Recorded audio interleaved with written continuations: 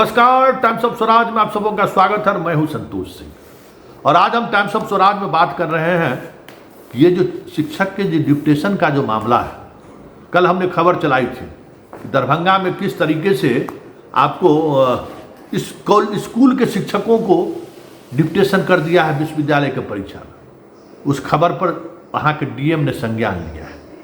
वैसे आज रविवार है, लेकिन रविवार को भी शिक्षा अधिकारियों से ये तलब हो चुका है कि ये कैसे डिप्टेशन हुआ और मुझसे किस तरीके से सहमति ली गई है, क्योंकि जब ऊपर से ही अपर मुख्य सचिव का आदेश है कि किसी भी तरीके का डिप्टेशन नहीं होना है, तो फिर ये डिप्टेशन का फाइल बढ़ा कैसे और मुझसे सहमति कैसे ली गई।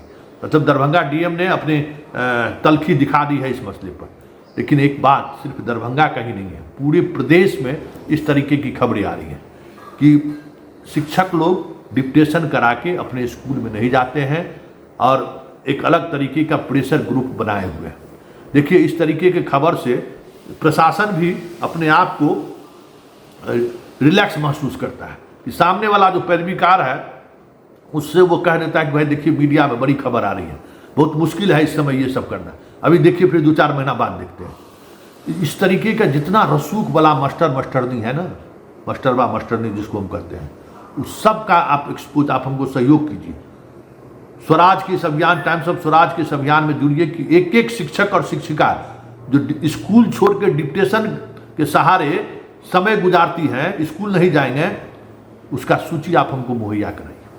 क्योंकि अब शिक्षा विभाग में ऊपर लेवल पर भी कई ऐसे अधिकारी हम लोगों की इस मुहिम के साथ आए हैं, बस उनको सूची पहुंचाना है, कार्रवाई होनी तय है। इसलिए आप लोग ये हमको सहयोग कीजिए।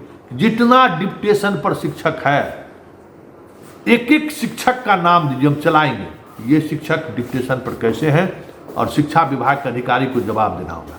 अब जिस मीडिया एथिक्स को हम अभी तक कह सकते थे कि उसका हम पालन करते थे कि ये नहीं होना चाहिए, लेकिन अब शिक्षा विभाग के पदाधिकारी महोदय आप सुन लीजिए और शिक्षकगण भी सुन लीजिए।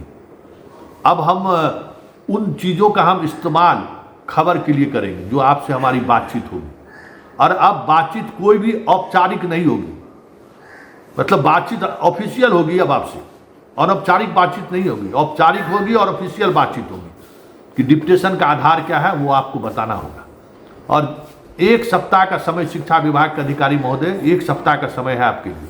जितना इस तरीके का डिप्टेशन पर आप जगह जगह पर लोगों को रखे हुए हैं, मास्टर साहब को, मास्टरनी को, उसको वापस स्कूल भेज दीजिए। ये तो तय समझिए, दुर्गा पूजा की छुट्टी के बाद ईंट से ईंट बजेगा। बचा नहीं पाइएगा ऐसे डिप्टेशन पर शिक्षक शिक्षिकाओं का। ये मसला सीएम हाउस तक जाएगा, सो कह देते हैं। ये जो गुंडागर्दी जो स्थानीय स्तर पर चल रहा है कि सुविधा बहाल होंगे, अरे भाई क्यों दो सरकारी नौकरी? आप इतना ही असहज हैं, जब स्कूल में जाकर आप नौकरी नहीं कर सकते तो नौकरी छोड़ दीजिए। असहज ये क्या चाहिए कि हम पैरवी वाले हैं, हम मंत्री के पुतों हैं, साली हैं, बेटी हैं, भगिन पुतों हैं, तो हम जो है सो ड्यूटी नहीं करेंगे? ये नहीं चलेगा। अब बिहार में, अब बिहार में आप शिक्षक हैं तो आपको स्कूल में जाना होगा। इसलिए तमाम प्रिंसिपल महोदय कान खुल के सुन लीजिए।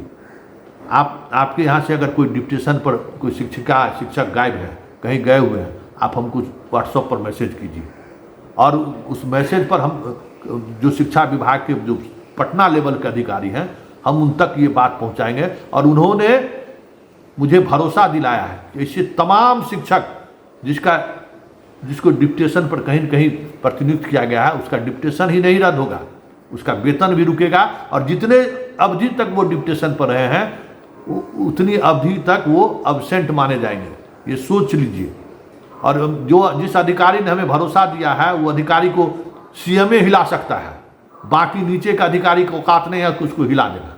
इसलिए तमाम इस तरीके के डिप्टेशन को रद्द करिए।